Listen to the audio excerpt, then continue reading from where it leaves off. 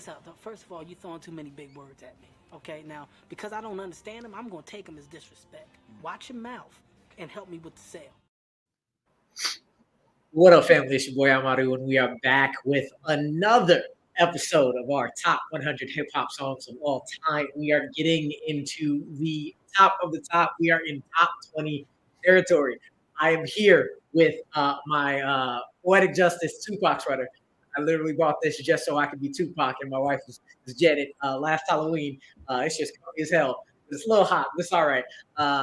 As usual, get this out the way. Please subscribe to the channel, like 500 takes. Again, thank you to Barb for letting us use it. Find me at Bite Size Breakdown, bitesizebreakdown.com, talking everything about movies. And always, as usual, my boy right here, new job, training be damned today. How you feeling today, sir? Kolby, what's up? Yo, what up? It's your boy Kolby Mac, and I was at Breezy Bowl in Tampa. I'm still on that high. Have you heard about Miss Taylor? No, I have not. just put Breezy Bowl and Taylor. You're welcome. We'll do just that. Don't do it around your wife, but you're welcome. Yeah, probably not a good idea. I'll do that after, but before I leave this office. Always again as well with us. Always in the dark, but never in the dark on these topics. KB, how you feeling, fam? Shades and all as always. How you doing today? All good, man. Peace and blessings to everybody watching.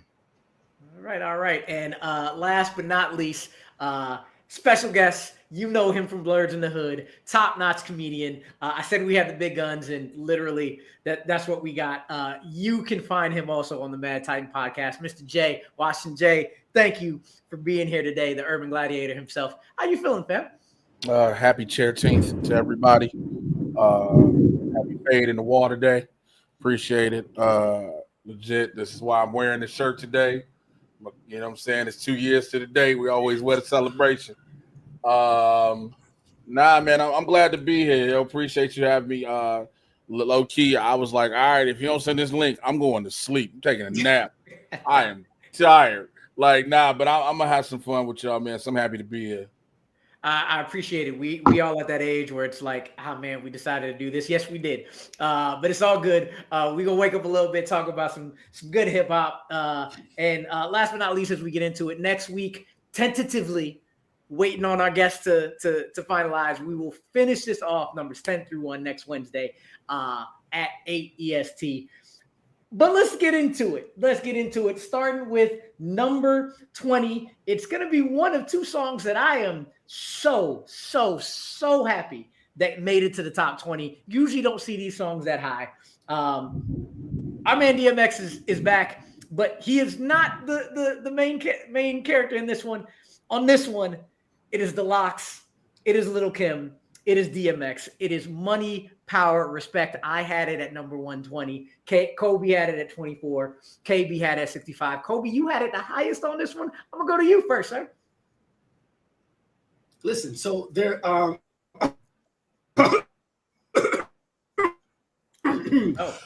bias set aside.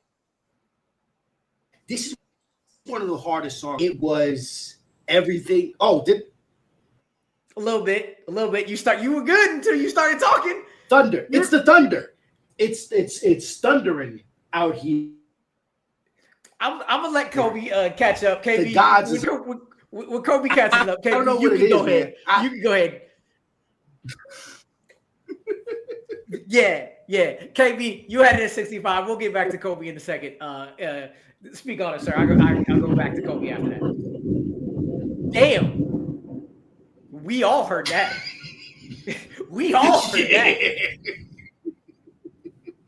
Maybe they is it because they love Money, Power, Respect? Do they not like that it's there? What's happening? I don't know. Sound like the storm knocking on his door. Seriously. Hey, I don't know how much of a lag that there is right now. I'm hoping that it's trying to catch up. But yo, damn. Let me tell you something. As somebody who's had this happen to him numerous times on Blurs in the Hood, I get it. But damn. Damn, that Thunder just said, "Nah, dude, we gonna let you come back." KB, I'm gonna go to you. Kobe will come back in a second. Yeah, it was really tough. Like I said, putting this whole list together, and I didn't really know where I wanted to put Money, Power, Respect at. I'm not mad that it's in the 20 spot right now. Um, this was a tough ensemble of artists. Um, a club banger for sure. Um, what I always admired, uh, one of the things that I always admired about Kim is, to me, like she really uh, could run with the big boys for real. No nervousness or nothing. Like she cut just like them. Um, so yeah, that's really all I have to say about that. This is just a classic song. There was a. Am I confusing this with wasn't there a version of this with Biggie on it, or am I confusing that with another? I think you're confusing that with something else. Kobe, you here? We're gonna wait to see if you catch up a little bit. But I don't know another version with Biggie on it. No, it's just but this one. Yeah, just this with Locks and DMX. Oh, you know what? You know what? I was just thinking about All About the Benjamins. That's what I was thinking about. Because Kim killed it on that too. But yeah, this was an all-time classic hip hop song, especially in the club. Yeah, Kim kills it on a lot of songs that ain't hers, as we'll see. Maybe more than once today. Money, Power, Respect is a song that I'll be honest, I haven't heard in a long time. But you hear that beat, like it comes in hard. Jadakiss reminds you of how much of a lyricist, a banger he is. You are 100% right. Kim absolutely kills this, and all she does is have the chorus on this song. Like, comes in and everybody remembers this part for her, not even realizing all she does is really say like 4 or 5 different words, and she comes in hard as hell. Absolutely hard as hell. Jay, I'm gonna go to you. See if by that time, even though the Thunder's being loud as shit over there, by that time maybe Kobe will be back. I feel like, Money, Power, Respect also, like, it comes off of the heels of everybody using Scarface, right? I believe in money, power, respect. First you get the money, you get the power. It quotes the movie. And it was just the way Kim coming off of hardcore helps in that opening, right? You get her coming off hardcore, but then you got to remember, we just coming off of Biggie's death too, on top of this. So everybody on Bad Boy is still trying to be business as usual, but go even harder in remembrance of Big. Now, X is gonna be X, but also one thing this is for sure is a Swiss beat by Swiss Beats. There's things about anything that's a track that Swiss does, you can tell, you can hear, you like, that's Swiss. There are like 5 or 6 distinguishable hip hop artists without having their names mentioned. You know what I'm saying? You can tell pretty much a Manny Fresh beat.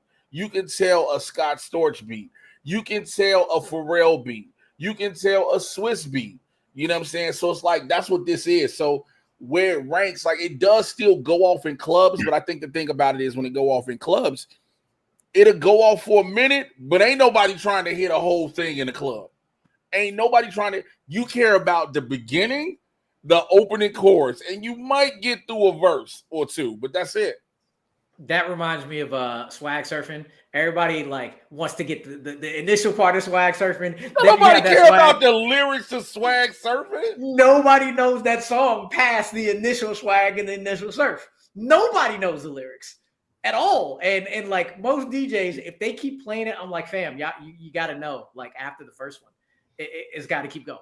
You got to move on to something else. Got to move on. Got to move on. I will say DMX coming in and finishing the verse is every time the video came on, whether or not it was still the video music box or up on Rap City on BET, I was waiting on DMX's verse. every single time, and he came in doing the same thing. You do dirt, you get dirt. Just being himself. I will say, Kolby just said his roof is leaking. Shit just started, and he just had shit going off. So he may be back, he may not. I'll still continue to update and bring him back in if he wants to, but he's got shit to deal with. Anything else before we move on from Money, Power, Respect, though? Nothing for me. All right. Well, we're gonna move on from Money, Power, Respect to a man who I honestly am surprised hasn't come up as much, but was waiting on this song. Man, feel bad for Kolby doing what he's doing. Damn, I forgot to bring this up too. Real go quick. ahead. You also got DMX because this is 98. This is DMX's year. Oh yeah. This is the year of Flesh of My Flesh, Blood of My Blood, and It's Dark, Hell is Hot in the same year. So this is all part of that. DMX 98 was DMX's year. So anything that's why you were waiting on him. You like, yo, give me him on this, give me him on that. So that's what I wanted to include. I was making sure I was researching it correctly. This is interesting that you would even bring that up because we've talked about artists doing certain things in music that has influenced those that came after them to do similar or the same type of a thing, right? And I was certain that after DMX did that year, that would be a reoccurring thing with other artists of his caliber going forward. But I can't really recall anybody else that has done that successfully to that level since then. No, not only did he do both 2 albums number 1 the same year, first 5 albums that he dropped number 1. Yeah. Like starting from 4321 when he came out and absolutely to me stole that posse cut in 4321. I was like, who is that dude in 97? Coming to a Darkest Hell is Hot. It's one of my favorite albums of all time. To anytime he's on something, just absolutely ripping it. Yeah, like that. Flesh of My Flesh, Blood of My Blood is still my joint to go to. And again, I'm looking at his discography in the row, and then you go, and then there was X, because that was killing it. Great Depression. Grand Champ was the one that was like, all right, this is something different, but it's still X. You know what I'm saying? Yeah. Was Grand Champ the one that had didn't, or is that the one after that?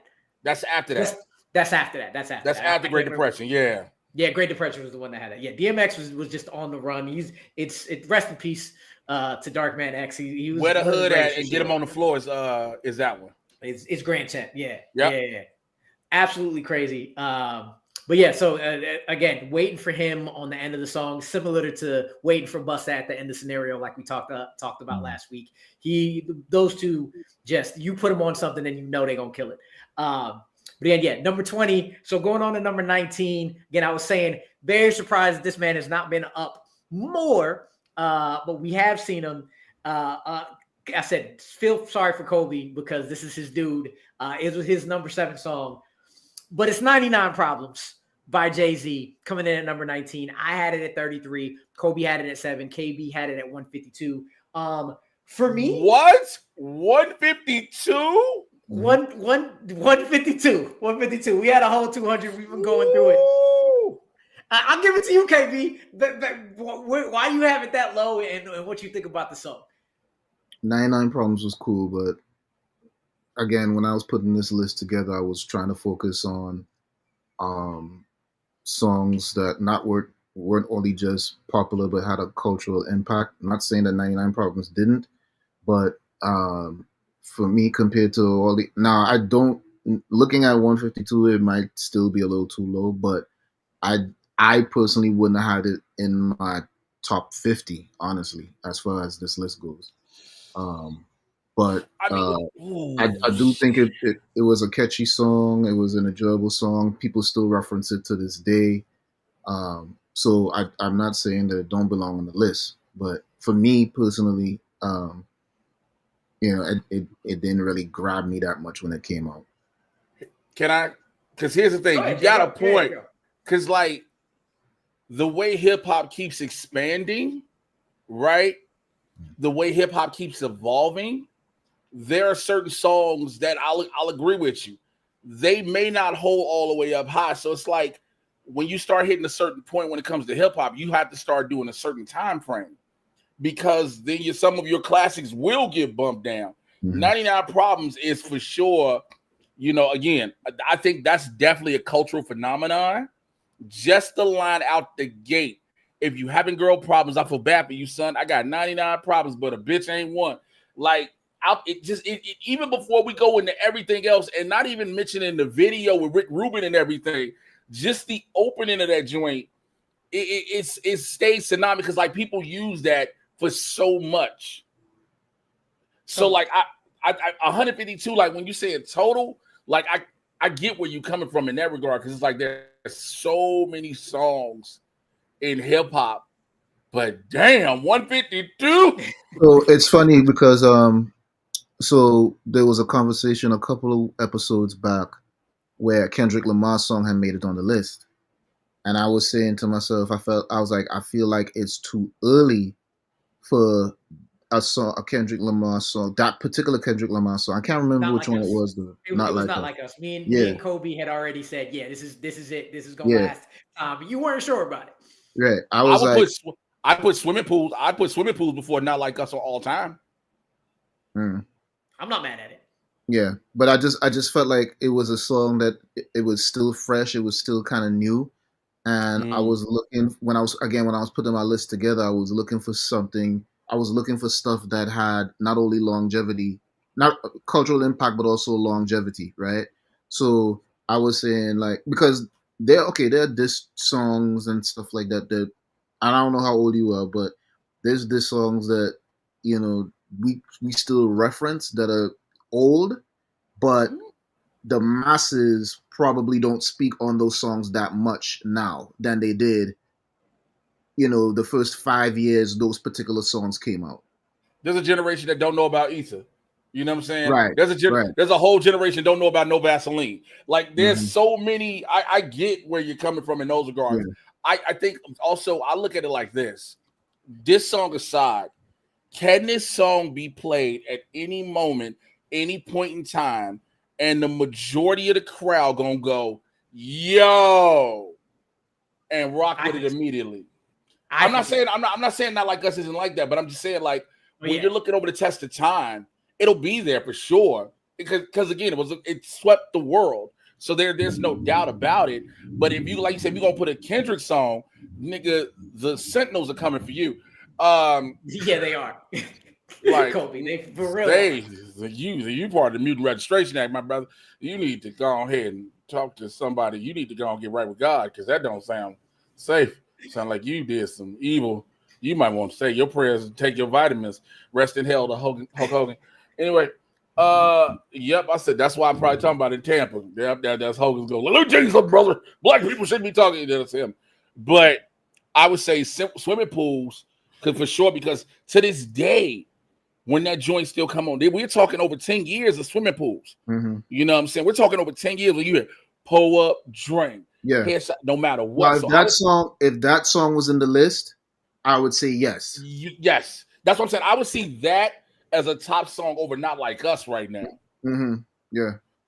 I run with it. In terms of this, I do think Jay's catalog is so big that any song that like peaks through that hard like 99 Problems did, that's why I have it at like 33. And I think this might be my top J song on the list, quite possibly. For one, that's why it's mine. Yeah. We talked about you talked about Rick Rubin. This beat, for one, is hard as shit. The guitar riff, and then when he goes don don don, but not only like 99 Problems, but a bitch ain't one. People saying that. For me, I think this is the epitome of like when you think of Jay, you think of cool, you think of effortless, you think of like how he comes off the top with his raps. He doesn't write the stuff down. This is, to me, I think Jay at his most effortless, at his most cool. Like every single line that he is saying to me just sounds like, come at me if you want. Like the entire second verse of him talking to that cop, like you could try anything you want, doesn't matter. And when he switches his voice to talk like the cops, like registration, you would do a 55 and a 54. Yeah. I ain't passed the ball, but I know a little bit enough that you want to legally touch my shit. That wouldn't bust a grape in a fruit fight. I think for me, combining that with the beat, the iconic music, I just think this is Jay-Z. He's already, everything he puts out is this top notch, is cool, but this is him at his most. What you got to say on me? You got nothing to say on me, and that's why I have it so high. Kolby, we'll see how far back you are. You had it at number 7, fam. Yeah, you good. Go ahead, man. Go ahead. Let's be good. Yo, as I built my top 5 Ye songs, as I built my top 5 Jay songs, I built my top 5 Drake songs. This is number 1 for me, right? And don't get me wrong, Reasonable Doubt, great album. Like he's got like Blueprint, great album. Blueprint, Gift and a Curse, half of a great album, right? The Black Album, I think, is his most complete album from start to finish. Universal, epic, dope. I'm on a whole nother level, right? Not to castigate how dope he was when he was younger, but this specific middle act of his career, I don't think that he truly knew like the trajectory that was at until he arrived here. And this, the black and white of that music video, like everything about this record is like, I don't think that he himself could have thought that this was a possibility until it happened, right? Like he could have just been like any other great, super great rapper. I think this was like the crown jewel of his career. Just got better. Yeah, this I crown him with this. Yeah, with the Black Album, I had a couple of album cuts off of this.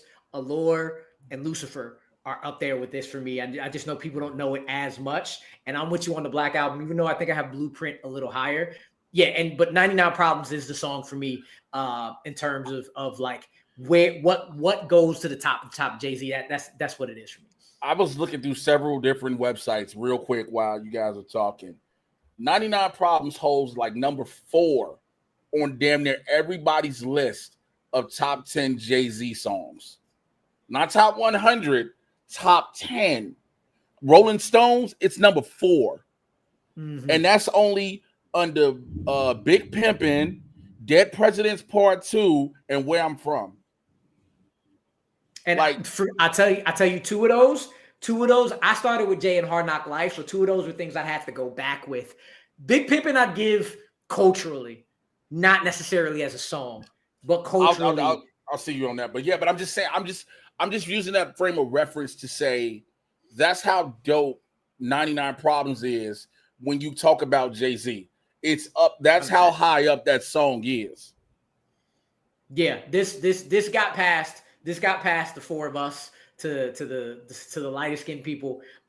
They singing it as much as they possibly can as well.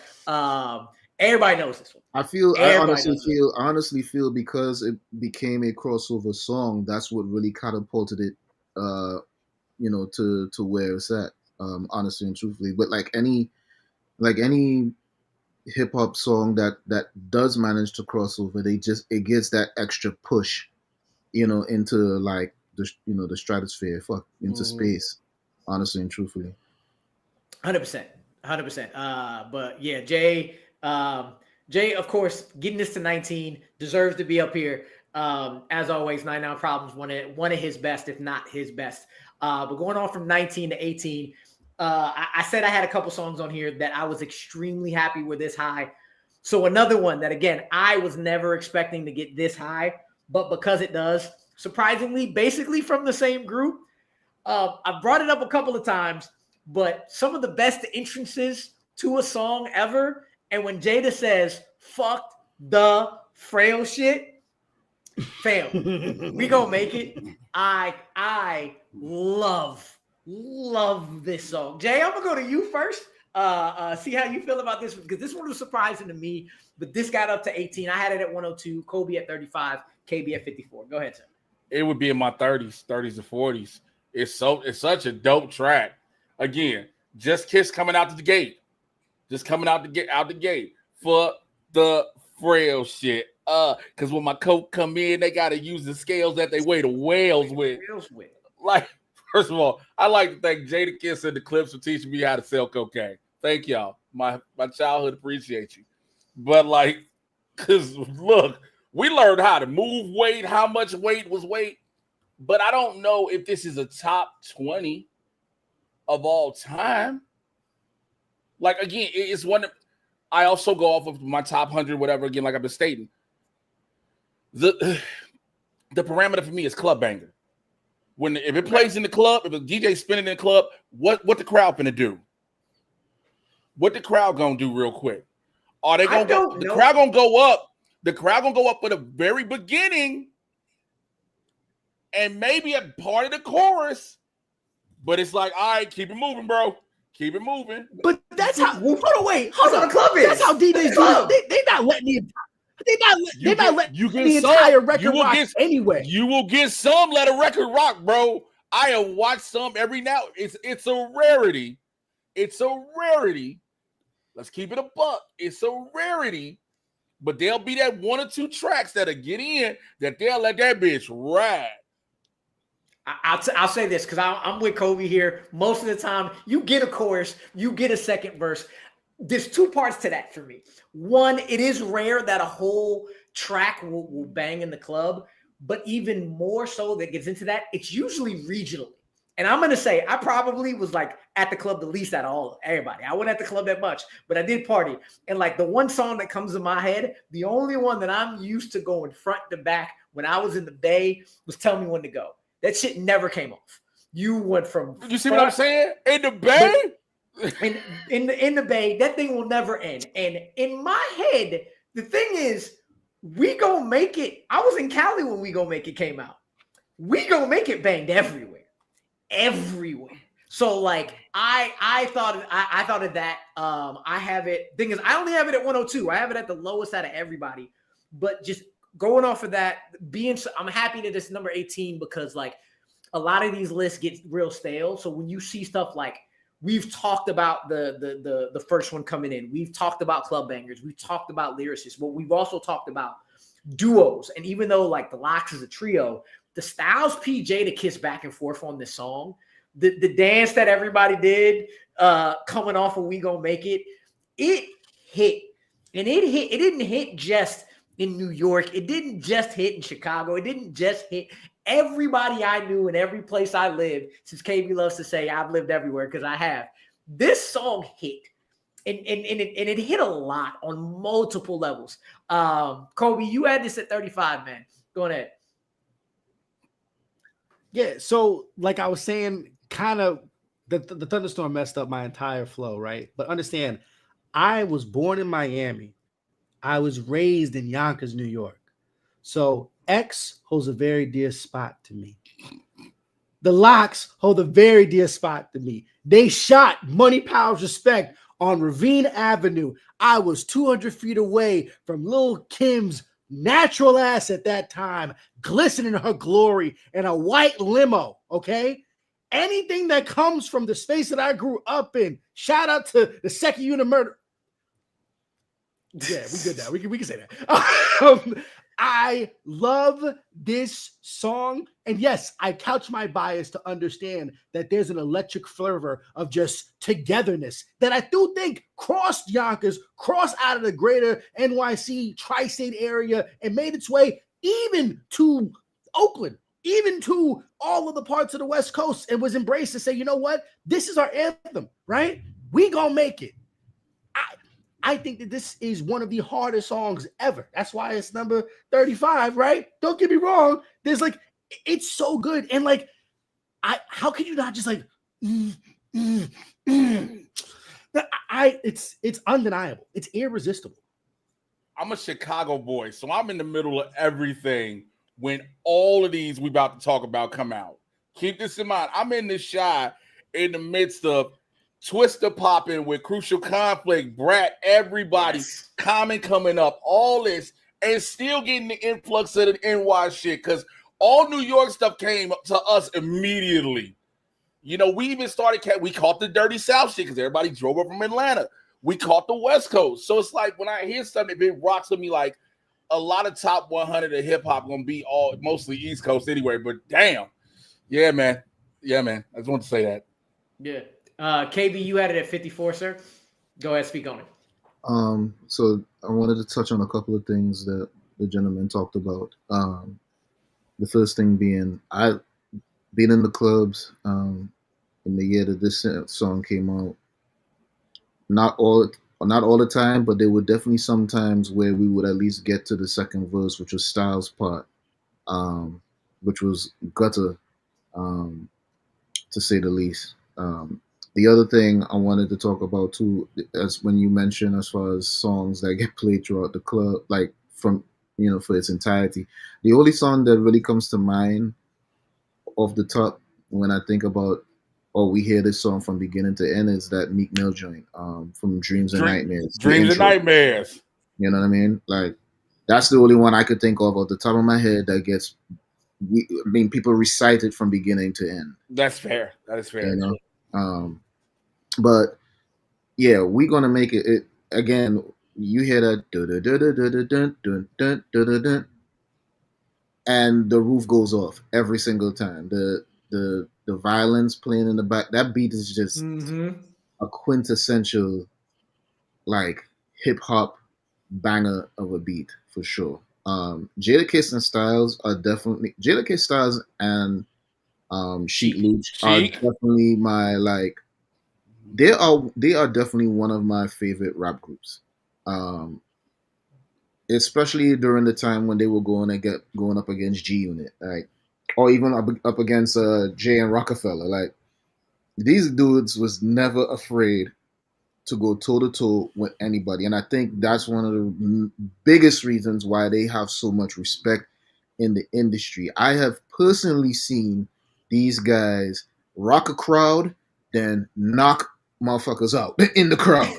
Like I've personally seen it. Like they are hip hop. They are the streets for real, for real. So, and this song right here is just, I mean, it's a thug anthem, man. It's telling everybody keep your head up. We're gonna make it. We're gonna get through this. You know what I mean? That headline alone, like, that's just the impact that it had. So yeah, I'm not mad that it's where it's at right now. Not at all. Like anytime I hear Jada go, we make Soul in the Hood, we make Candy Rain, and on top of the entire vibe of the song. So I think I said I was in Cali. I can't remember if I was either in Cali or I was in Chicago when this song came out. But again, everybody was doing the who did it first? Was it them or was it Dame that did the little like they did this? That was a Dame thing, but they definitely, I think everybody kind of adopted it when you talking about something that just like knock. Everybody kind of adopted that move afterwards. So yeah, just these two going back and forth. Again, it might be a bias, but who cares? We have basically two lock songs in the top 20, and they deserve the respect. I did not upload the video, but if I could just put and the money and the power. If I could put the whole entirety of Jadakiss just going off on that versus against Dipset, and just everybody just go, man. People man destroyed off. Look, Sheek and Styles was like, let him have. Do you remember? Y'all remember Infinity War, right? Do you remember the beginning when Thanos ran up against Hulk and Cole Obsidian was about to jump in, and Ebony Maw was like, nah, let him have his fun. Let him have his fun. That was literally Sheek and Styles in the garden. They was like, nah, let him have his fun. Because Kiss was like, yo, I run through all y'all. Like, what are we talking about? Every single one. They did the slow zoom and it just got closer and closer and closer. Like, my cousin was there. They just sat through COVID and got COVID and was like, it was worth it. It was worth it being there. Like 100%. That's wild. He That's heard wild. Jim. The best line that came, we can move on to the next one. Two things came out of that will always resonate with me. Him destroying Jim Jones's entire soul, and him saying Freaky Zeke look like the fat nigga from Drew Hill. I will start hopping to tell me to start singing "Tell Me" and hopping. Yeah, it was absolutely wild. Absolutely wild. We talked about culture. The Locks is the culture. That's why he's on there. But we gonna go from number 18. We've had some pretty East Coast songs on here, so we're going all the way back to the other side to one of the smoothest dudes ever to do it. It's Snoop D-O Double G. It's Gin and Juice at number 17. I have it at 29. Kolby had it at 79. KB had it at 82. This song for me. And another one that I'm pretty sure a lot of people are waiting to come up a little bit later down the line, whether it's today, whether it's next week for the finale. I listen to Snoop, and I think as popular as he is, as much as everybody and their grandmama from every part of every place in this world knows Uncle Snoop, I still think he is one of the most underrated lyricists ever. Because his lyrics, every time I sit and listen to it, I'm like, he doesn't get too much into the double entendres as much. He doesn't get into the metaphors as much.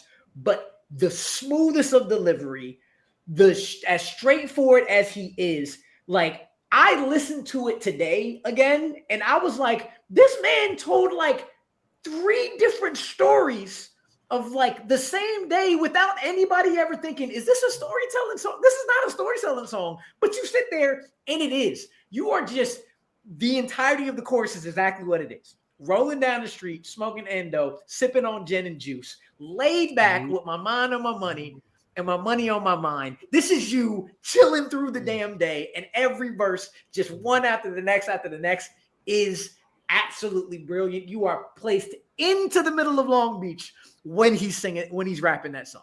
Go ahead, Jay. Hi, I just have a personal problem with this song. This song made everybody think Seagram's gin was worth drinking. Listen, do you know how many fights have started off Seagram's gin in that hard-ass brick bottle? Do you understand how many lives have been altered by Seagram's Blue Beast? Shouts out to them, man. Listen, ain't nobody drinking gin. I know a girl that drinks gin right now. I was like, your father didn't love you. Like gin and juice, like the song is dope, but then you realize people like, yo, we finna go buy gin and juice. How poor were you that's what you went and bought? Like Gin is a hillbilly liquor. I never understood why black folk out there was even drinking that. Because they was tired of drinking. They were trying to drinking malt liquor. They said, nah, we don't want this Colt 45 shit no more. We need to be elevated. And they went with gin. Remember, black people ran through a Bacardi phase at one point, and then diabetes kicked in, and everybody was like, yo, we're going to chill. We're going to chill. And there's too much sugar in Bacardi rum. Who knew? Remember when they were just hypnotic was the drink of choice. Everywhere. For a long time. And we realized that's fucking Kool-Aid. Hey, remember when we saw somebody said, what if we took this Kool-Aid and mixed it with the worst liquor possible in Hennessy? Incredible. And wonder what may happen. And it wasn't because it was green, it was because you were ready to fight everything. Yeah, we definitely did not make the best decisions when it came to what we drunk, but songs about how we drunk and when we were drunk are undefeated. This is one of the coolest West Coast songs of all time. Glad wasn't no phones around. Not when I was drinking. I had to have been like 5 or 6 when this song came out. I remember going to Fort Lauderdale to my cousin's house, and he painted the entire album cover like on his garage, right? Like this was like Snoop was so embraced. It's crazy to think because like he was way more embraced than any other West Coast rapper alive at that time, right? way more embraced, obviously, than Pac. And like, I truly, even though I don't have Snoop as a top 5 rapper of all time, I think his cultural relevance, I don't know how you can like argue of him not being on the Mount Rushmore of hip hop. He's up there culturally. He's up there with Big and Pac. 100% up there with Big and Pac. And I would honestly, the more that we've gone through this, I think we played ourselves with Pac, bro. Ooh. In what way? Because we don't have much of him. Exactly. Like, I get it was short lived, but he wasn't Barry fucking Sanders, right? Like we need to be for real. I feel like same way with Big. I feel like yo, we go way too hard for 1.5 albums for Notorious B.I.G. Okay, but those 1.5 albums. Hold on, stop. Everybody stop. Everybody just stop talking. Stop. We're not going to do this. Let's focus on Gin and Juice, please. We're not going to do this right hey, y'all listen. We're not going to do this. I think we do. As we got closer to one, it was going to get very fucking contentious. Listen, once again, because I'm going to tell you why. I'm going to tell you why I say this because I've been noticing this over the last maybe 10 years.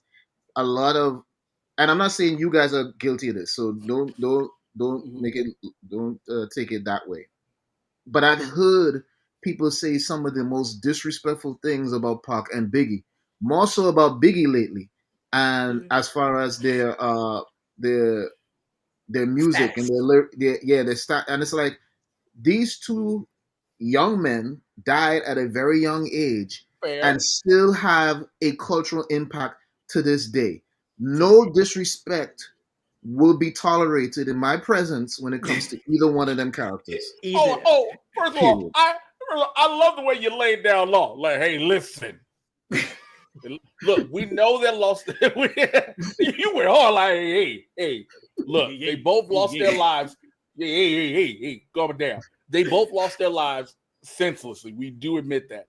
I will always go when people do the Big Pac. The reason I do it because I go Big Head. Yes, Life After Death is a double album, but we really only talk about the first one more so than the second one. You get what I'm saying? That's why I always say 1.5. Pac had a run about. Now, when you talk about features across the board for both, then we're looking at a giant lexicon of the way they touch culture because they were on so many different things, doing so many different type of styles that wasn't just the normal rap. You know what I'm saying? Look, I'll always go, Tupac started with Digital Underground singing same song. So we talked about it. We talked about Nothing But Trouble. He was on that damn movie a couple weeks ago. So it's like, I understand all that. I get his evolution of things. Biggie was this dude coming up out the gutter like, yo, I'm going to show you this from the streets of Brooklyn. I'm going to be on these streets. I'm going to go ahead and get this cypher. Somebody going to see me, get this opportunity. I'm going to run with it. Now, I'm going to end up having a beef with a dude that's going to elevate both of our careers because the beef elevated the both of them. Oh, yeah. You know, it was a very contentious beef that should not have ended the way it did. But it was like it elevated them both. When you look at like discographies, it's like, ooh, it's similar. It's different. It's just different. So, like, again, tragedy had befallen both of them. You know, you'll never once catch me say, hey, Biggie was trash, Pac was trash. You'll never hear me say that. You'll never, because look, I would love to have heard a Pop Smoke, God rest his soul, Tupac crossover, Tupac feature. Something like that. So that's my stand on that. Yeah, but no, with I mean, the Gin and Juice, like it's. Now go ahead, go ahead. Yeah, KB, you. I was just saying, like Gin and Juice, just forever classic. Forever classic. There you go. Yeah, no, KB, I was just gonna say. I'm sorry, I got a little bit lag.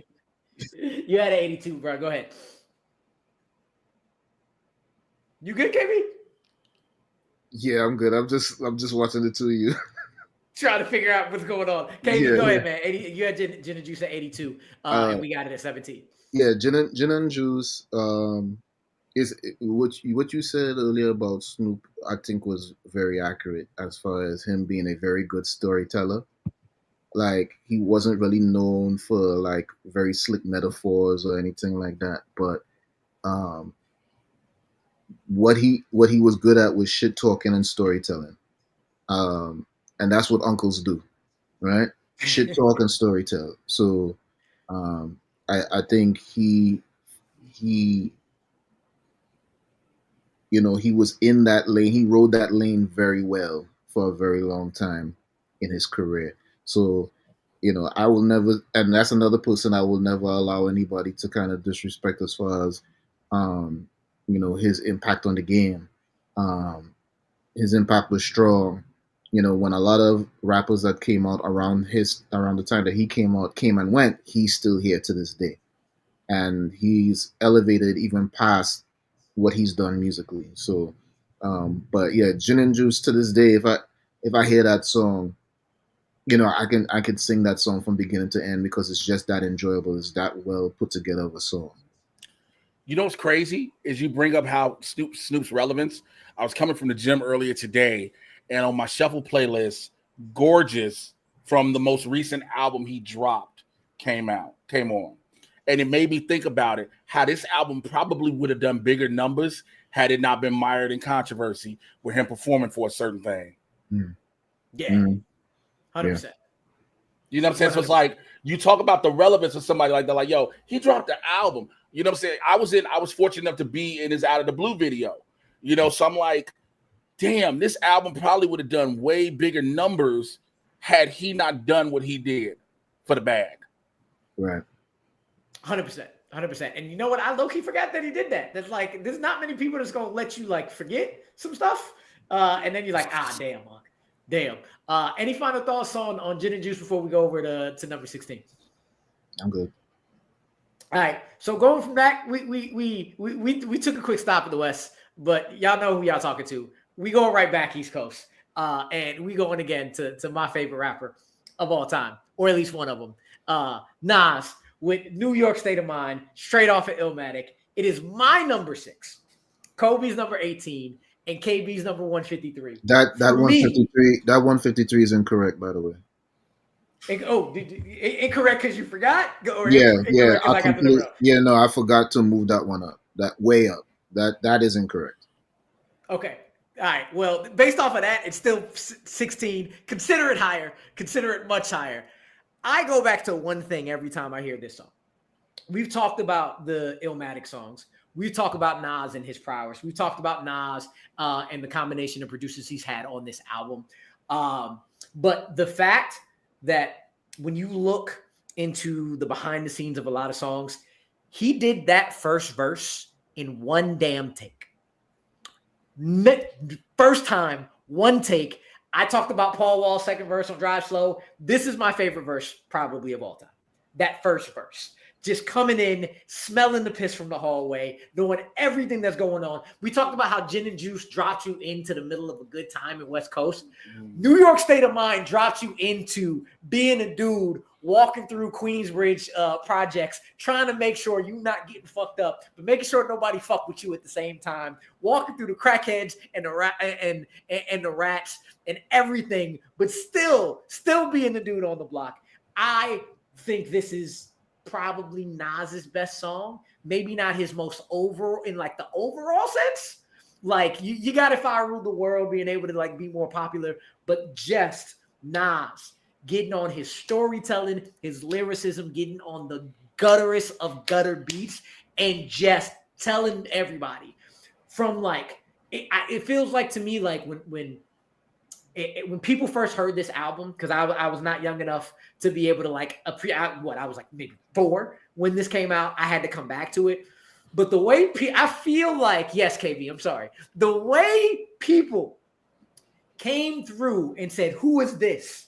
when you heard Nas on Live at the Barbecue, when they dropped Illmatic and New York State of Mind played, and you're like, again, who you sat up on this song. You sat up. KB, I'm going to go to you next, just so you can give a lot more love than that number hits. To speak on New York State of Mind, man. Still muted. Okay, there we go. I'm sorry. Every time people say I was 4 years old, I was 5 years old, it just be hitting me in my gut every single time. Bro, listen. Listen, hey, I'm over here like I will kill you through the screen.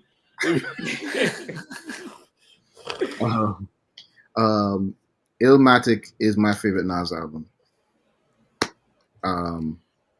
New York State of Mind. That whole album was just lyrical mastery at its time and to this day. We talk about hip hop artists that are underrated, and I do think as of the last maybe 10, 15 years, probably even before that, during the whole Nas Jay-Z beef, Nas had been underrated, and I don't understand. Because if you heard Illmatic, and if you heard everything else that came after that, if you heard him on features, you wouldn't be saying that. No real lover of hip-hop would be saying that about Nas, period. Okay, so I spent a lot of years watching people with a side eye that, be talking crazy about Nas. And it's like, who do you think is better than Nas? And the answers be crazy. You know why that is, though? Why? You know why that is, though? Because Nas didn't have the commercial success as his peers. Right. Like, again, if you talk about people that was in the streets and the people that were grinding just as much, he's your favorite rapper's favorite rapper. You know what I'm saying?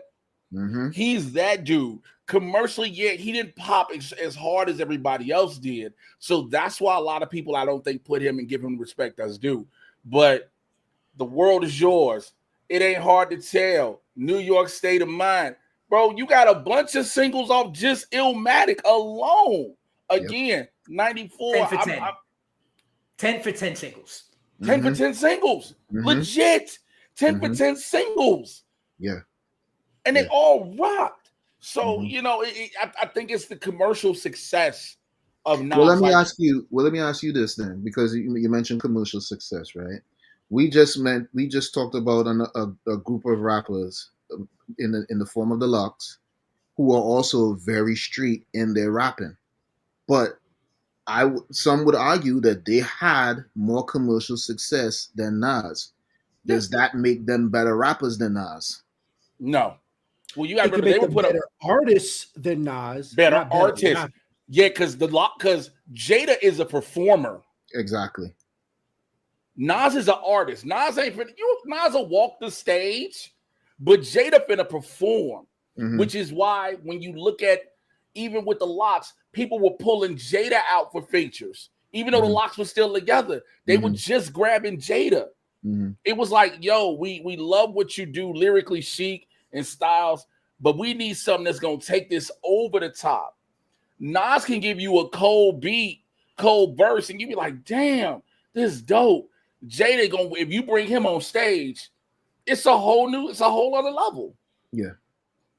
That's a good point you bring up. And I think if people made that argument as far as artist versus rapper, fine. But to say that Nas is not a great rapper, not a great lyricist, fire for that. I'm very glad I've never been around anybody who's ever said that in my life. I've heard he's not better. I've definitely been in conversations where fights almost broke out over that. Right. Kolby, I'm gonna go to you next, but the only person I think I've ever heard that is somebody who's only ever heard You Owe Me. And that's it. And maybe Uchiwali. And those two songs only. I hate when people bring up Uchi. Have you heard Uchiwali? Hey, fam, there's a lot of your other favorite rappers got shit like Uchiwali out this month.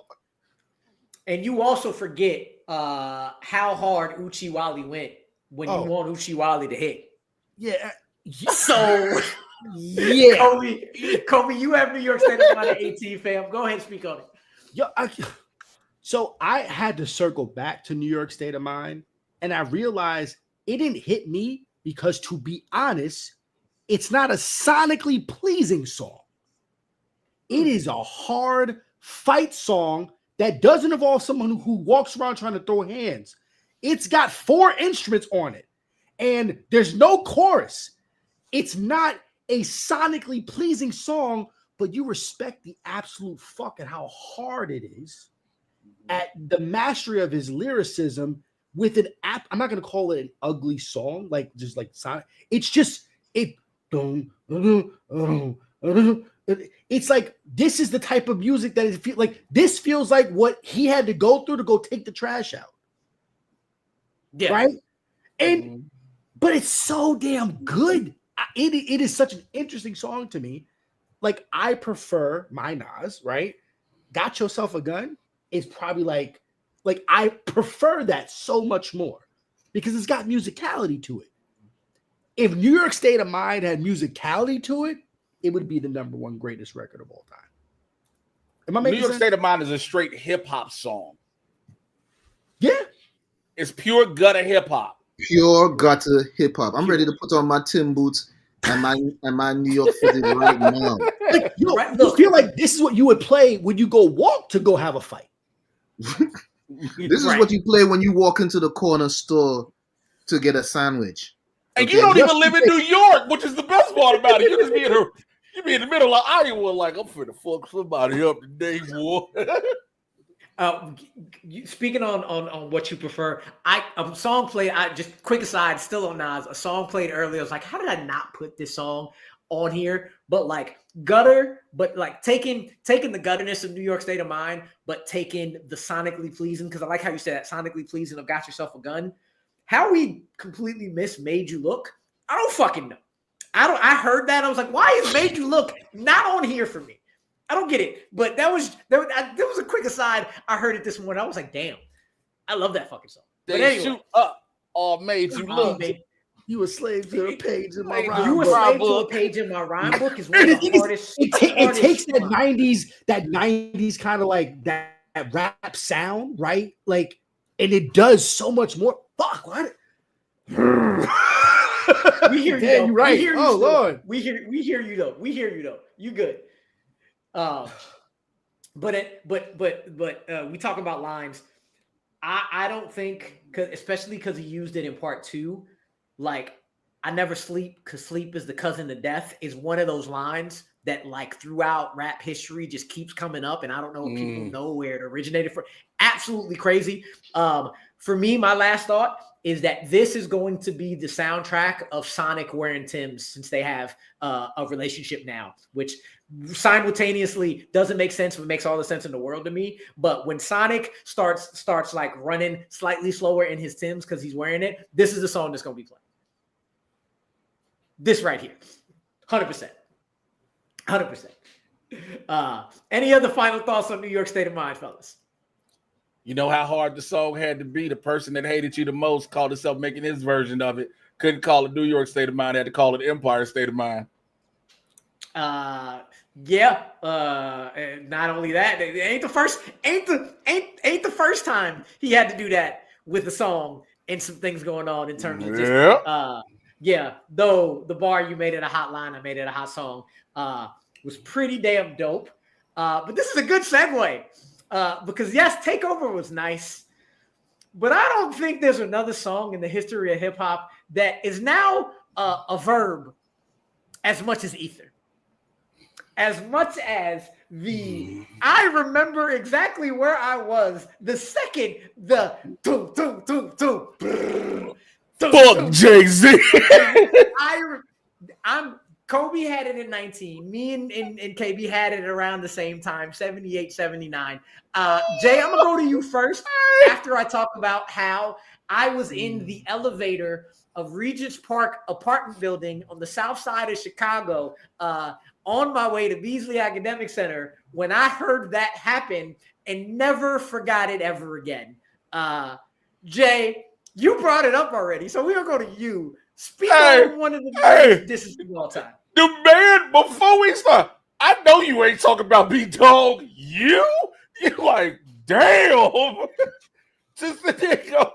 I know you ain't, because it was just like, all right, bro, I gave you a lot of chances, but I'm about to end all of this real quick. Okay? And you just like, because you heard Takeover, you were like, all right, cool. And then you listen to Ether, you like, oh my Jesus. Oh, when he said the line, this was the one line I think got everybody. Eminem murdered you on your own shit. Everybody was like, oh, I don't know how you come back from this.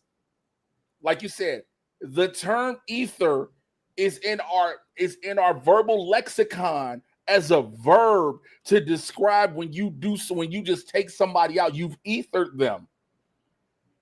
The man made a term that hit every bro. It's crazy when you think about that. It's absolutely wild.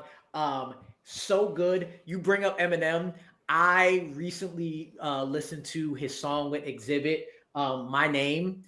So good that at the end of Eminem's verse, dissing Jermaine Dupri, he decided to take the beat and the 4 bars, I fuck with your soul like ether, to end that song, to end Jermaine Dupri. Like, we have Stan for Stan, but that's not as big as Ether for Ether. Again, when I first heard this song, KB, you brought it up. People talking about Nas. I was in Chicago arguing with my classmates about they saying Nas is not as good as Jay-Z. There's no way. And it's because of the commercial stuff. And I was like, y'all don't understand with it. This is song number 2 on Stillmatic. He wasn't fucking around. Song number 2. In you heard the first verse, it was like, oh shit. Okay, good. You heard the second verse and you're like, damn. But when he starts that third verse, y'all niggas deal with emotions like bitches. And you're just like, oh, Foxy got you hot. You got the face. Dude, like, I had arguments after arguments after arguments repping for Nas during that time. And then my boy came and listened to Ether and he was like, oh, I see what you're talking about. I'm like, yeah, dude, yes. Not only to mention this beat, the organ that's playing with the violins hitting it, man. KB, you had it around the same spot because I think we had like the same mindset in terms of top 100 and stuff. But go ahead, talk on Ether, man. One of the greatest songs ever. I remember when the Voice of New York, at the time anyway, Angie Martinez, was doing what she normally does on an afternoon, a weekday afternoon, the Battle of the Beats. And she played Jay-Z's song, which was good. You know, it was a Jay-Z dissing Nas. Okay, cool, fire, cool. Ether comes on. They play it. Angie is speechless. She was like, okay, we're going to have to just go to the votes. Wow. I remember that vote. She goes to the votes. By unanimous decision, Nas Ether, right? 10 minutes later, Jay-Z walks in the door. Jay-Z walks in the door. And she's like, now by this time, they played Ether again. Okay? So now he's walking in the door. And then she has to, it's that awkward moment of talking to your friend, because that's her friend, about this whole beef and what just occurred with this Ether song. Let's just say there wasn't much talking about the beef when that Ether song dropped. This is what I'm saying, and I'm not saying that Not Like Us would not stand the test of time like Ether did, because I think it will. I think people are already starting to say They Not Like Us for a lot of different scenarios, right? But this was the first of its kind, right here. And boy, I ain't gonna hold you. I was so happy when Nas dropped this song. I was so happy because, and it wasn't that I I dislike Jay-Z, because I mean, at the end of the day, it's all hip hop, right? But it was just pissing me off. Like how this beef even started was irrational to me. And the fact that Jay just kept poking and poking and poking and poking and poking, and I'm just like, this shit don't make no sense. Like, you really starting to sound like a bitch. For real. And then Nas spanked his ass. He took the belt off and he put it to his ass. No homo. And he shut him up. 100%. And people say, well, he dropped this song after. I don't give a shit what Jay dropped after that. It don't even really matter. Super ugly, and don't nobody remember Super Ugly. No, it was good. It was good. But nobody remembers that after, nobody remembers anything Jay-Z dropped after Ether as in a response to Ether. It was like, oh, he dropped something. That's how people look at. He dropped something. Ain't nobody look like. Cool. Hey, right, it was cool. Ain't nobody look. He dropped Ether, and everybody was like, yo, man. So, Jay-Z's career was nice while it lasted, right? Right. But that's the thing, right? It was like a real David and Goliath moment, and it's so weird to use that analogy for when it comes to Nas. Yeah. But I can't think of any other thing, because he was the underdog when he really should not have been. 100%. You understand? It boggled my mind. So I was so happy when he dropped this song, because it reminded Jay-Z and that whole camp, but it also reminded the rest of the world, like, this man ain't to be fucked with. Yeah, I think it taught the whole world. Go ahead. It wasn't about killing his career. It was that expression. You need to just prove that you can make a god bleed, and he did. Yes. And he made a god bleed. He made Hova bleed.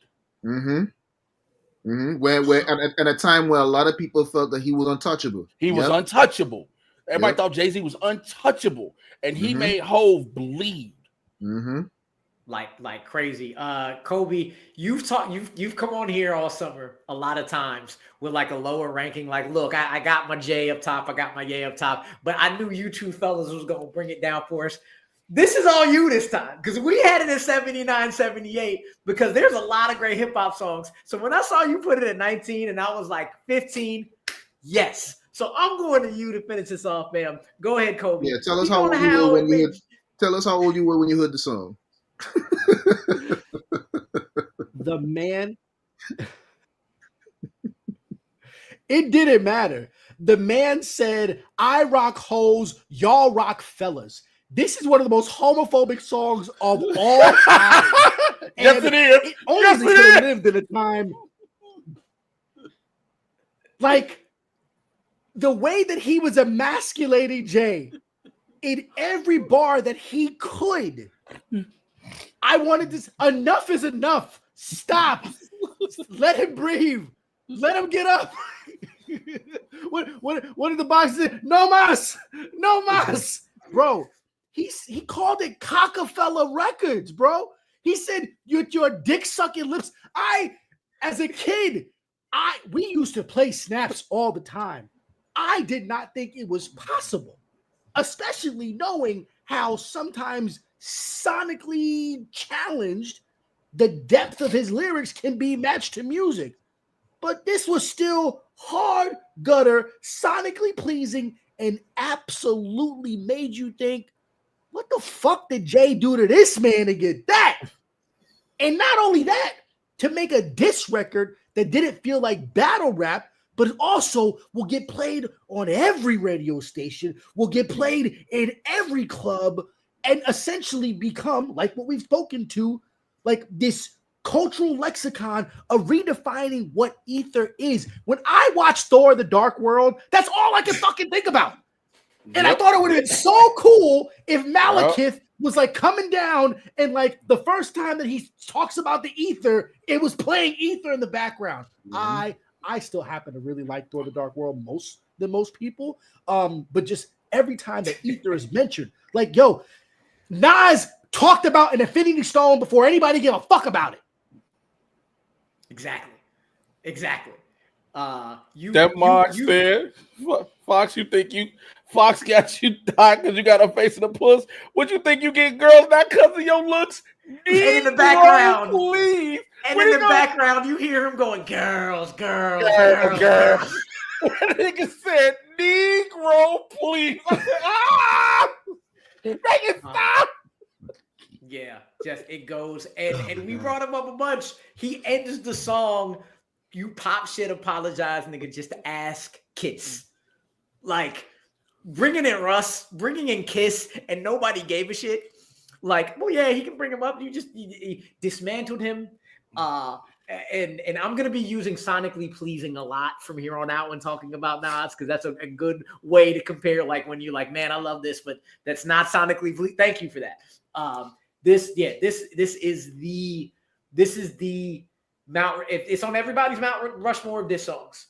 And it will forever be in the lexicon of the world. It is anytime somebody goes off on Twitter, somebody 10 comments.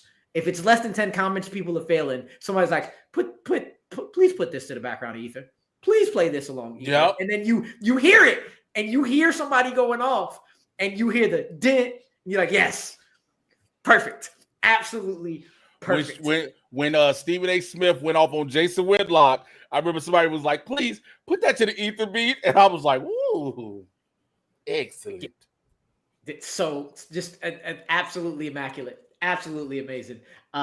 So yeah, I mean, we're not necessarily saying that songs are like better than ether as we move forward. Just hip hop is hip hop. So we got a lot of different things. So the next one we're going on, is probably another one of those songs that like hit mainstream and never went back. And yes, we have that one guy on here, but he went by Puff Daddy at the time, not Diddy. And it's Mo Money, Mo Problems by the Notorious B.I.G., Puff Daddy, and Mace. I have it at 136. Yes, I have it at 136. Kolby has it at 22. KB, you have it at 14. I'm going to go to you first, KB. Speak on Mo Money, Mo Problems. Who don't like this song? I don't know. Like, for real. If you don't like this song, please explain to me why. We had the Bad Boy royalty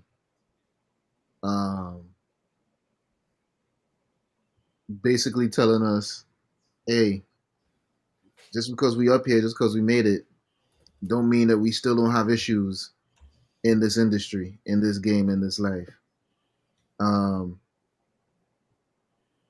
I think this song dropped after Biggie passed, if I remember correctly. It did, because they have the video, and they just have the in the video they just have clips of him. They just have clips of him. That shit.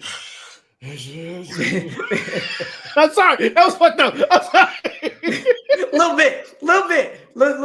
Wait. I haven't been doing this too much, but. Nope. Boy, if you don't get what you just said is one of the most insanely idiotic things I have ever heard. At no point. Halfway, take a few steps. All right, I'm done. Go ahead, KB. Yeah, this was a joyous but sad moment. It was bittersweet, I guess. Yeah. You know, we lost a great in the game. They dropped this fire of a record. And I ain't gonna hold you. I didn't know how to feel when this song came out. Like it was like, damn, man, Big gone. Like, look at this. Like, look what he doing on this song. Like, damn, like I would have really liked to see what other stuff he could have given us. if he didn't lose his life so early, you know. Um, Mace also uh did his thing and reminded a lot of people as well. That's another rapper that's been slept on a lot. Mace, I think his peak moments were with Bad Boy around this time. Um, and Harlem then World is a slept on album. yeah, Slept on very album. slept So on. good. Very slept on. What you talking about? Listen, everybody love Mace. Everybody love Mace. Like, listen, I don't know if you know, but I know I'm one of the best. Yeah, it was this was a very enjoyable song when it came out, and it just it kind of highlighted for me anyway what Bad Boy was capable of at that time. I do think they could have. I don't think they were as. I don't think they were as strong as Death Row at the time, music wise. But I felt like this around this era of Bad Boy, it definitely showed us the potential of them possibly really taking over the game and becoming a juggernaut like a Def Jam or a Tommy Boy or any of those other labels that existed at that time. Um, so yeah, I couldn't see myself putting this song any lower. Um, just off of, I mean, we still jam to this, man. To this We are day. still two step into this. Every cookout, Every every wedding, cookout, every just party. all the time. Yeah. Kobe, you added it 22, sir. Go ahead, speak on it. Yo, that's real, yo. That's this shit. Nah, no, bro. Like, this is like prime shiny suit man era of Puff, and I think that he threaded the needle as best as he could to like allow that moment of grief, and then go straight into like we about to get like into like a celebration of life, right? Mm-hmm. Being able, I think this is one of like the greatest like uses of a sample, like ever. 100%. Like, this is like such an, like when KB said, "Who doesn't like this?" How do you not instantly like smile when you hear this, right? Like, the fucking Trolls movie used this shit, and like, you know what I'm saying? Like, and all you do is get mad happy, and you're celebrating one of the greatest voices in hip hop history ever with another great artist in Mace, and like new puffy weird, no Diddy shit aside, you can't knock that. Like, this was one of like the greatest celebrations that we needed, because we didn't know, like, yo, we lost two humongous like heavyweight titan figures way too soon to each other, and we still don't have a sense of catharsis of like we just had to like make peace with like I don't know, right? And all we could do was lean into the music. And I'm so glad that like we were able to capture that verse from Big and be able to use this. And like, yo, like for real, the music video is just so fly. Like, I want to get a shiny jumpsuit, bro. I want the glitter and shit blazing in the background. And like, it wasn't, you know what's crazy? This also wasn't about bad bitches, right? It wasn't about fat asses and big titties everywhere. Like, I feel like I experienced a lot of like loss when I was younger. This was almost like funeral music. Like, once we went to the repast and the music started going, like, we play this. I can see it. I can see it. Jay, go ahead, man. Speak on More Money, More Problems. Life after death. I think everybody said it, best. Also, the fact that the video, the inside of the cheese grater, like, that's what everybody always go to. The inside of the cheese grater, like, this was, God, please forgive me for what I'm about to say, but the comic in me can't help but say it. This was early Freak Off Puff. And so what we know was there's a lot of baby oil on set, probably on the shiny suits. And so in the midst, like you said, in the midst of Biggie having just passed, you understand, like everyone does, unfortunately, you have to move on. You have to go forward. And the best way to honor that man was, look, this is one of the last singles. This is on his Life After Death double album. You know what I'm saying? Let's make the video, and we're gonna do. It's gonna be sad as shit, especially when All About the Bitch. All this is gonna be sad as shit, you know. But we gotta do it. This is our way of healing. I'll attribute it to Black Panther: Wakanda Forever. How the cast had to move on with Chad's death. We have to film this. We have to film this the way we have this set. We cannot bring in anybody else to take his role, take his place right now, because we need to have this cathartic moment of letting go and us having to accept and embrace it. Right. And so that's what this is. But again, like you said, KB, you got to be an evil human being in life for this song not to come on and you not smile. You got to be a demon in your soul, because you will perk up whether you want to or not a little bit. 10 years from now, we still be on top. Yeah, I thought I told you that we won't stop. Technically. Only cases. Only cases. To quote, let me say it like the great Mason brother. You know, you said you won't stop, but the court system said otherwise. I'll put a little bow on this. I love this song to death. I was in a grade that will be not mentioned for KB Sanity when we had a talent show. One of the older, a couple of students from older grades was coming down and watching us while our teacher had to do something real quick, and they put on the talent show. This was the song I rapped. I didn't rap it very well because I didn't know every single word, but I knew it was kind of like me, everybody singing along the crossroads, thinking they know the words, but just saying the sounds. That's what I did until I got to Biggie's part. When I got to Biggie's part, every word front to back, while I was editing myself with the curse words, was happening. It's Kelly Price singing on the chorus, right? I believe it's Kelly Price. She absolutely killed it.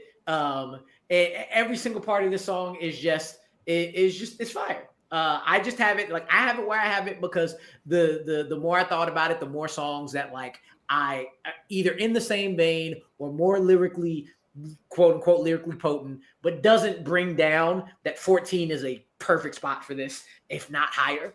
So yeah, dope ass song, 100%.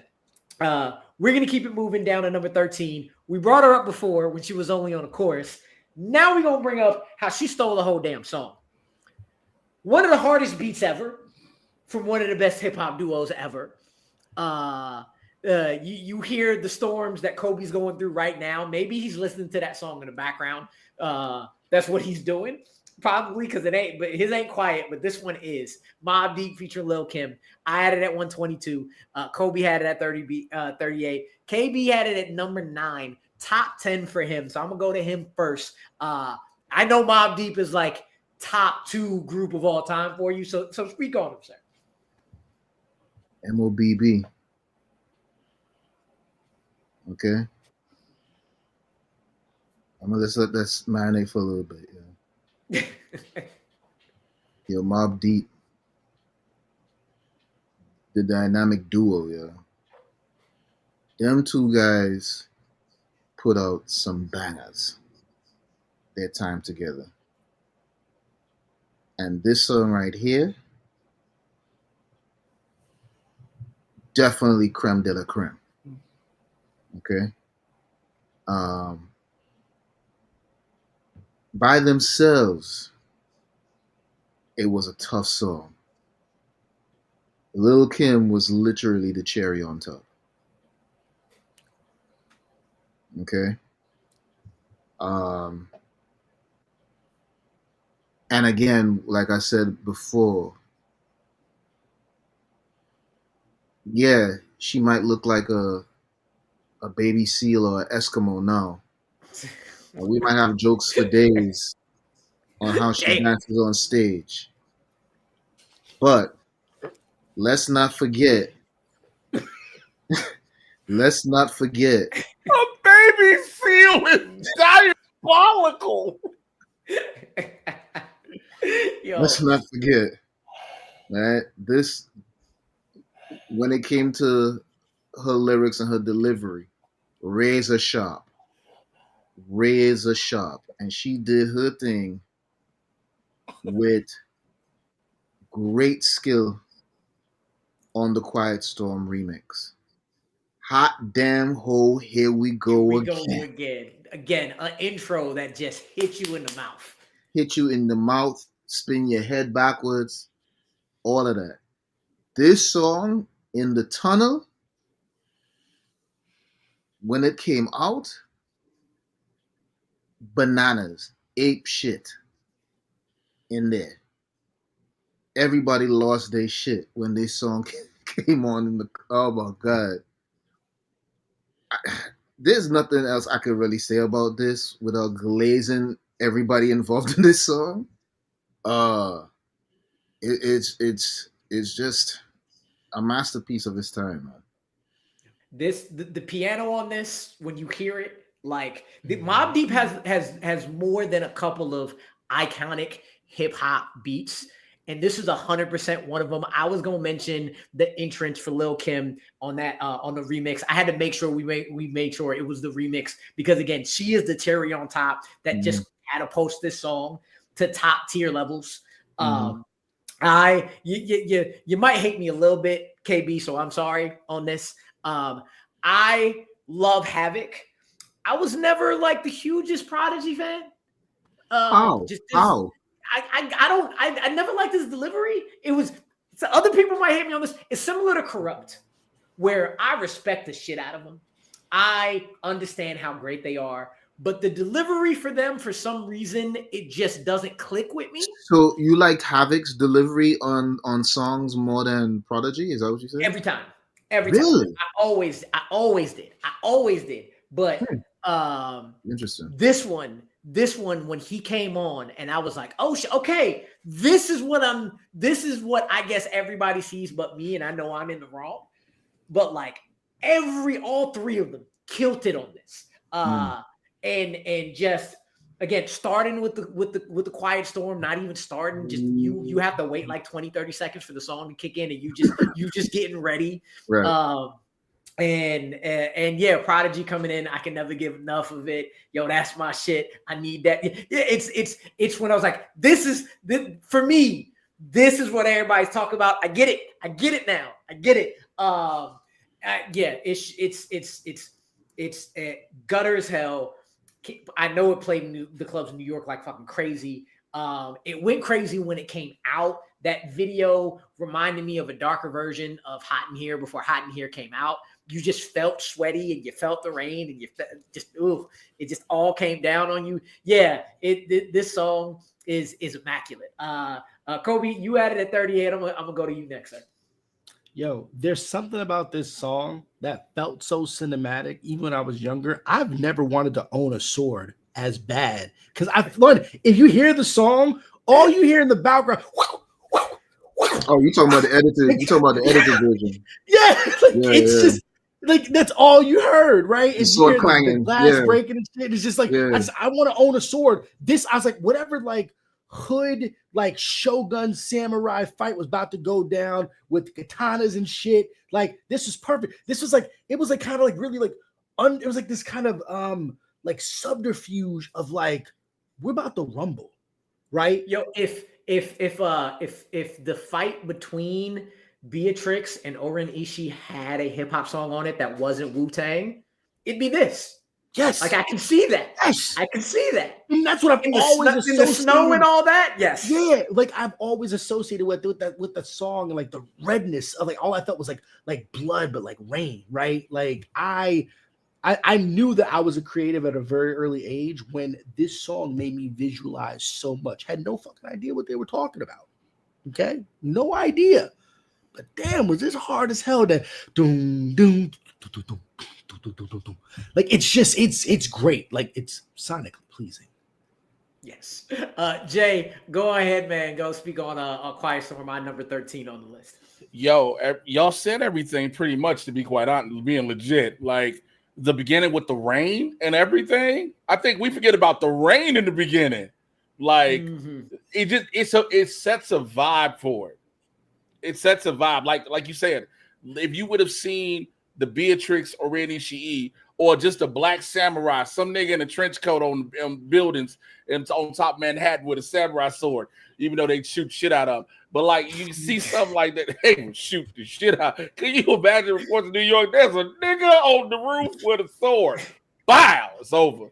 That's act one. But like it's hot damn hoe, here we go again. Light as a rock, bitch, as hard as a cock. You're like, hey, ma'am. It's just one. It's one of the most iconic. It's one of the things that when it plays, you don't 9.5 times out of 10, you're not skipping Quiet Storm. You're just not. You're not at all. Not at all. Hey, this Rue, song I'm is curious absolutely crazy. I'm curious to see what you have to say about the next Mobb Deep song that comes up in the next episode, because I'm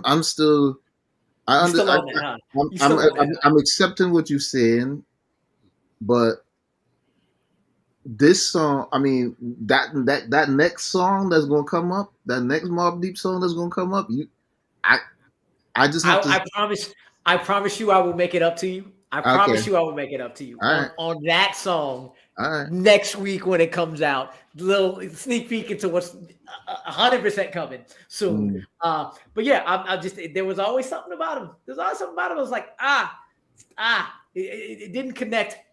Again, I'll make it up to you next week on that though. But yeah, Quiet Storm. Again, this week has been a week of songs I usually don't see in people's top 20s, top 10s, and I love it. I love how much these different songs are coming in. The next one is another one that's maybe not on top 10s a lot or top 20s, but a group that always is. And this song everybody loves. Baby. Yeah. Number 12 is Rosa First of all, Parks. can you never ever do that again? Ooh, yeah. Never again. Jay, I'm gonna go to you first. I had it at 72. Kolby had it at 50. KB had it at 42. But Jay, I'm gonna go to you first. Rosa Parks, by Outkast. Go ahead, speak. The chorus, hush that fuss. Everybody move to the back of the bus. Do you want to rump and slump with us? We the type of people make the club get crunk. Nigga, listen. I met a gypsy and she hit me to some night games. This is one of the top, the left and right break, one of the top Andre 3000 verses. But this is part of that album that does not get the props it deserves. Aquemini does not get the props it deserves. Not at all. Blame that on the label. God, Aquemini deserves so much more respect in the hip-hop lexicon. We'll quickly go to Speaker Box Love Below, and let's be real, let's just keep Speaker Box out of it. How many people really cared about Big Boy's album? Let's keep it open. He had two or three tracks. You played Love Below. I don't know anybody that didn't play Love Below more than played Speaker Box. I'll tell you this, that was me. I played Speaker Box a lot more than Love Below, but that's a conversation for another day. I love both of them. Love both of them. But going back to Aquemini, Rosa Parks is just, again, hush their fuzz. Everybody just start bopping to it. It's that beat to it. It's something that it goes back to More Money, More Problems. This song starts, you know what it is. You can't help but smile and get a little bit happy. You can't be mad listening to no damn Rosa Parks. Ain't nobody be like, hush that fuss. Everybody get your ass in the back. No, you're not like that. There's an energy that comes up with this song. There's a vibe that comes with this. There's a mood shift with this song. And where it is at 12 is honestly, it's a wild 12 for me out of the top of all time. But yo, I'm not arguing it. Yeah, man. This song, we've had a lot of Outkast on here. This song was the first glimpse into how well you love an Outkast song, even if they're not saying anything for a long time, because you get that music break at the end and that preview what B.O.B. was going to do for that. And I'll just say the fact that Andre can come in on this song and just start storytelling about somebody he met on a bus, and it's some of the hardest shit you've ever heard. And you just going through it and you sitting on that bus with him after Big Boy talked his shit, talk about gypsies, and you smell the incense on that bus when he raps that. That's what you smell every time that verse comes up. And Andre is great. Big Boy is absolutely great. The beat is fire. Just immaculate. So I had a 72. KB, I'm gonna go to you next. Speak on Rosa Parks, man.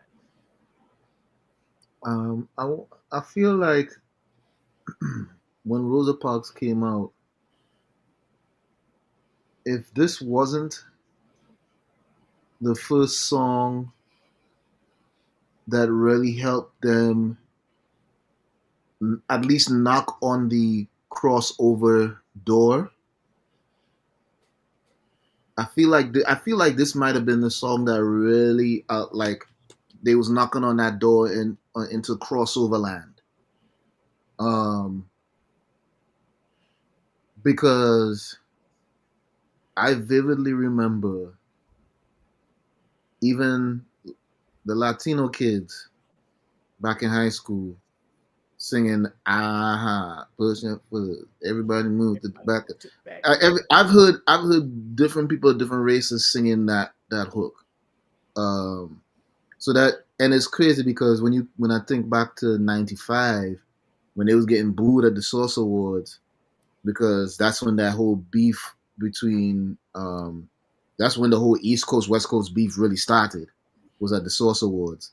And they were getting booed, but they had won an award for best new artist. Best new artist, and they said the South got something to say. That night must have really put a battery on their back, because 2 years later they dropped this, and everybody's jamming to it. And I mean everybody, not just the hip hop community. Everybody's jamming to this damn song, like to the point where it had made it to commercials. I remember seeing car commercials or food commercials with that beat being played in the background, or just you hear the yeah baby, like that part being. I kicked that off, Jay. I'm sorry, I kicked it off. You know everybody loved that, and everybody loved the football pads that Andre was wearing with no shirt under. Yeah, so it's like I do feel like this was the point of their pivoting and change, like moving into this lane where they were strapping to their seats and taking off in that rocket ship of stardom. And this was the song that did it for them, for sure. 100%. Kolby, you had it at straight 50, right at the halfway point for you.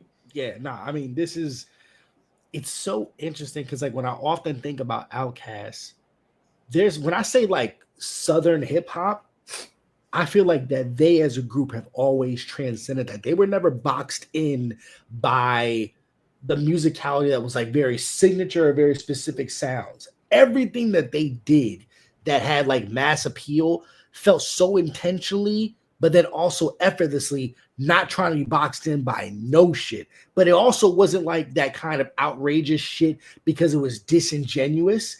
It was just so authentic to just like natural, organic originality. And everything that they did, every rhyme that Big Boy was on, just lyrically, wherever Dre was, like, man, I'm telling you, bro, I didn't understand it because, like, my New York bias that I had, I was like, I couldn't tell you where these fools are from.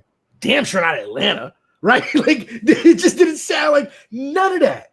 And it was so unique. And hearing this song, it was just a groove. And I was like, ooh, like, and it's, but like, yet it's still like straight fire lyrically. They proved to you too This is the group, you literally just said it. This is the group that proves that Atlanta rappers do not all sound the same. No. There are legitimately different sounds for every different section of Atlanta rapper. The Goody Mob does not sound anything like Outkast, and they all the Dungeon family. You know what I'm saying? They all Dungeon family. Sleepy Brown don't sound like them. Farnsworth Bentley don't sound like them. I'm not even gonna go into the Jeezy, Gucci, Tip, all them other cats, Luda, Lil Jon, all them cats. They all sound. All of them are Atlanta, and all sound different. Yeah, Dre was right when he said the South got something to say. I would say Elevators was the first step. Rosa Parks was the step that was the second that got him over everybody. Absolutely everybody. We talked about Outkast a lot this summer, and in the last 3 weeks, we also talked about another group. We brought it up last week when Fuji La came out. Like, there's another song. And I'm out. There's another song. I'm out. I do not believe this is number 11. I'm out of here. Number 11. Go ahead, Jay. You got something to say. Jay got something to say. Yes, it's number 11, fam. I got it at 57. Kolby had it at 20. KB had it at 81. What level of cocaine or hard drugs was the person who put this list together on to make Ready or Not number 11? 11? Come get 11. Bro. Listen, I'm gonna say this, and this might catch hell. And at Mr. J Washington, we keep putting Lauryn Hill on the pedestal for too goddamn much for one album. We gotta chill. No, we don't. One album. No, we don't. She's that good. No, she's that good. She's not that good. Not that damn good. She's that good. Album? Come on, bro. Come on, man. 11? 11? She was that good. It's not 111. It's 11. 11? I personally was also surprised when it got 11, but based on the math, the way we did it, it hit. This is, if you think about it, hip-hop wise, their most famous song. This is the one that crossed over, and it crossed over for a reason. The beat, hard as hell. Again, I'm always going to show my love to Pras, even though Pras does not do very well on these songs. But when you combine this album, and I'm going to speak on the Lauryn Hill stuff, this album with Miseducation, just like Big, you only needed 2 albums to realize her emphasis, and you also speak on Unplugged all the time. She is that damn good, 100%. And this song, the combination of her singing with again another sample that they used, and you don't remember that this song is even a sample. You don't even know this song is a sample. This is the third time something off of this album you hear, and you're like, this is the album. This is the album that this song is from. Except Ready or Not is not from this. Ready or Not is a sample, and this is where we go to. I will admit, you realize Pras is on the song. You like, oh yeah, he is with the Fuji. The only time Pras is the filler. Look, the only time Pras stands out, and this probably gonna make people mad. You know, want to know the only time a Pras verse stands out is on Ghetto Superstar with Maya. That's the only time a Pras verse stands out. I knew you was gonna say that. I knew you was gonna say that. Not other time a Pras verse ever stood out to anybody. Young me loved him, but understood, dude, you are number 3 and maybe even number 4 on the Fugees, and there's only 3 people in that That is evil. Only 3 people in that group. But I loved them as a kid, and I absolutely love this song. And I was like, I love the song. The song, I'm not gonna deny the song, but to say 11. Hey man, the Fugees hit, man.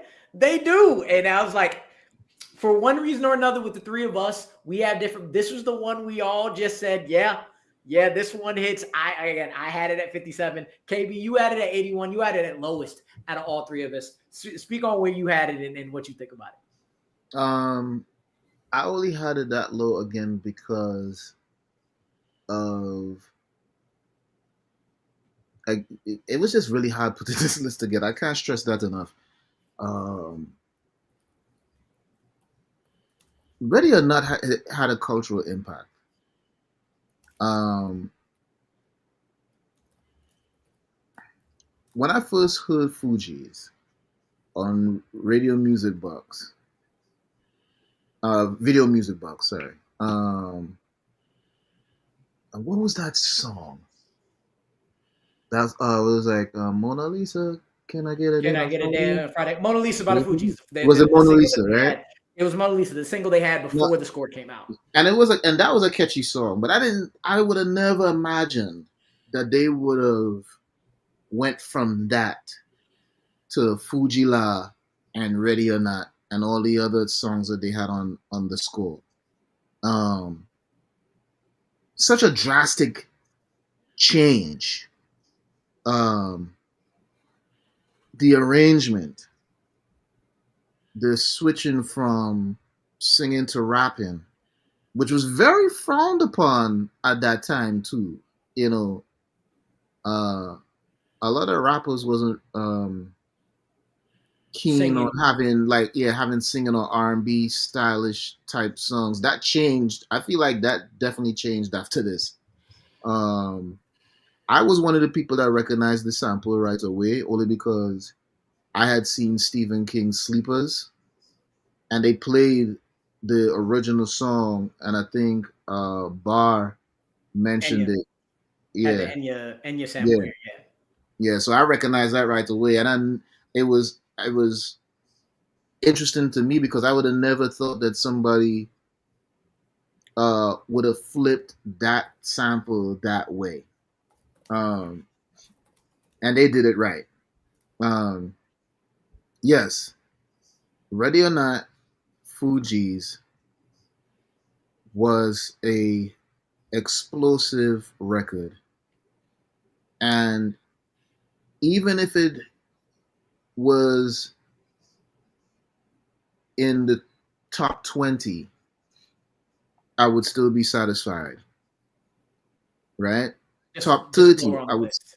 Yeah, like I would be. I'm not even mad at it being at 11. Like, I mean, it was an incredible song. It really moved the culture in a direction that, especially at that time, this was a crucial time in hip hop where people were doing, people like Fugees and Wu Tang and all these other artists that was coming around at that time was doing stuff that people had not thought about, and it really shifted the culture and changed the way that people not only formed groups but created music. So yeah, I'm not mad at it. I'm not mad at where it's at right now. I'm not. 11, man, y'all. I don't know why. I'm like, when we say of all time, bro. I was surprised. I was surprised, but hey, there is a hypnosis that this beat has that made me, an elementary schooler at the time, but I was keenly aware. Kolby, God damn. I was keenly aware of all my cousins was around me. This song, for some reason, put niggas deep in thought. They was contemplating shit that they didn't really have much going on in life. But there's something about this song that makes you feel like you're ready to give it all up. You don't know when your time is going to be. This provoked thought in life. There was a catharsis that was happening amongst the people. And there's this power, this hip hop magnetism this song has. Because if you really look at the lyrics, lyrically, it's a 7 out of 10. But when you match the intensity of Lauren, right, and what she represented, and like just the kind of like wherever she was being like positioned, right? Like you trying to like catch the light. Lauren was deep in that shit, and everything just hit. And this just operated on a level that like you put this song in a club, you see people just like stop everything that they're doing. Like that's the one thing that I love about hip hop so much, right? Is that there's almost not a science to it. But there's something that music does where like there's just this incredible reverence that's given to this song.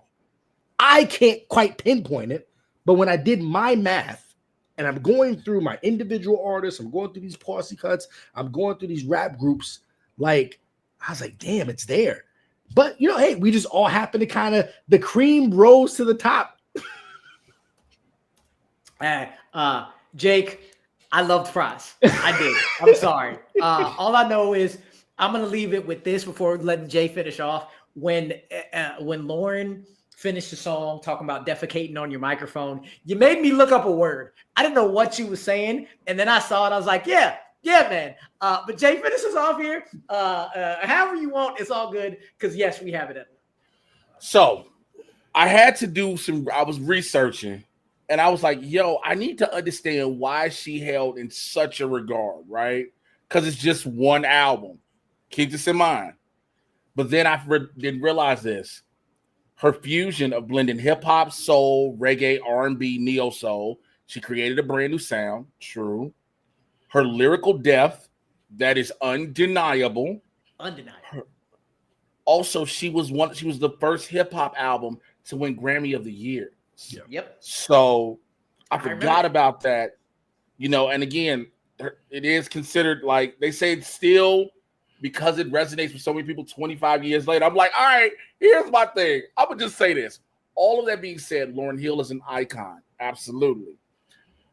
But that don't warrant this motherfucker showing up 3.5 hours late on stage. That's my Not part. at all. I just think I'll say this. Thank y'all for having me sincerely. It was a great discussion until you got to the bullshit of number 11. This is a great conversation. So that's that I want to say, man. Hey, listen, Lauren. Go ahead, KB. Lauren is the cake. Okay. What's my man name? Wyclef. Wyclef is the icing, and Praz is the sprinkles. Yeah. They all had a role to play, and they played it. But what if you don't want no damn sprinkles? I'm trying to think of the last time I ate sprinkles on a fucking cake. You can take them off. Hey, everybody! Hey, man! I bring this beautiful ass chocolate cake. You want sprinkles? Hold that thought. Nobody wants sprinkles, but you eat it anyway. I mean, yeah, you're not gonna take them off. It's hard there. Right. I guess while we're here. Right. I guess since we're I mean, since it's here, ain't nobody acting being like, hey man, I want this frozen yogurt, bro. I want these berries. Here's the thing, it's gonna make or break my whole order. What is that, sir? Hear me out. Do you have sprinkles? Sir, we out of sprinkles. Well, cancel the whole goddamn order. I don't want none of this shit. You ain't got no sprinkles. You ain't got me. That's the thing. But this is the thing. In this scenario, we didn't think that we would need the sprinkles, and the sprinkles worked well with this. Nigga, we still don't need fries. No, we still do. Let's not do fries like that. Like that. We still needed some of them sprinkles. Hey, we've been talking about a couple people who caught cases are in jail. I guess we gotta bring him up too, even though he might not be some sprinkles we want to keep. I do want to thank Jay for coming on. Before we get out of here, quick recap of our number 20 to 11. Number 20, Got the Locks, was not the first time we've seen him on this list with Money, Power, Respect with Lil Kim DMX. Number 19, 99 Problems with Jay-Z. Number 18, They Back Again, Jadakiss and Styles P, We Gon' Make It. Number 17, Unk, Snoop D-O Double G with Gin and Juice. Back to back, number 16, New York State of Mind. Not sonically pleasing, but absolutely essential. Number 15, The Motherfucker Is Now a Verb, Ether. Number 14, again, You Don't Like More Money, More Problems. We Don't Know What's Wrong with You. Number 13, Quiet Storm by the MOBB. Number 12, Rosa Parks, Outkast. And yes, at number 11, sprinkling it off right at the top is Ready or Not with the Fugees. Don't forget, we in the top 10 next week. Next Wednesday, if you're a Blurs in the Hood fan, then you're going to like who else we got on next week. Your boy, Winston A. Marshall. Kick it off. Maybe he's the sprinkles to Jay's cake to finish off our top 10. Hey, yo! I've never said pause in my life, but I'm going to say pause on that one. Hey, Kobe was with me at the same time. We both. Hey, yo. Hey, yo, Jay, I do appreciate you, sir. One more time, tell everybody. I ain't never doing this shit again. Stop it. I'm introducing Blurs. How y'all doing? I'm the cake. Here's my sprinkles. Here's my sprinkles. Bring that shit up. First thing next Blurs in the Hood. First thing. Mr. J Washington, MRJAY. You should know how to spell Washington, man. Everywhere you get your social media from. Mad Titan Podcast. That'll be coming back soon. I haven't had a chance to film it because I've been busy doing things. Blurs in the Hood. We're working on that coming back as soon as somebody decides to call me back and set up a time. And I'm saying this in the camera to my co-host, who I know more than likely go watch this. You lousy son of a bitch. I'm waiting on you. I hate that he solo shotted me. I really did. But nah, that, what else? My YouTube channel, youtube.com/Mr. J Washington, all the stuff right there. Man, it's a lot of stuff on deck, legitimately, man. It's a lot of stuff I cannot talk about. So, yeah, that's that. Well, appreciate you coming on. If anybody's wondering why next Wednesday is tentative, Jay just said it. But anyway, as always, for Kolby, for KB, and one more time, thank you, Mr. J Washington, for joining us. I'll leave you like we always do. What? Bro, what are you talking about, man? Bro, I'm out, man. That nigga's tripping.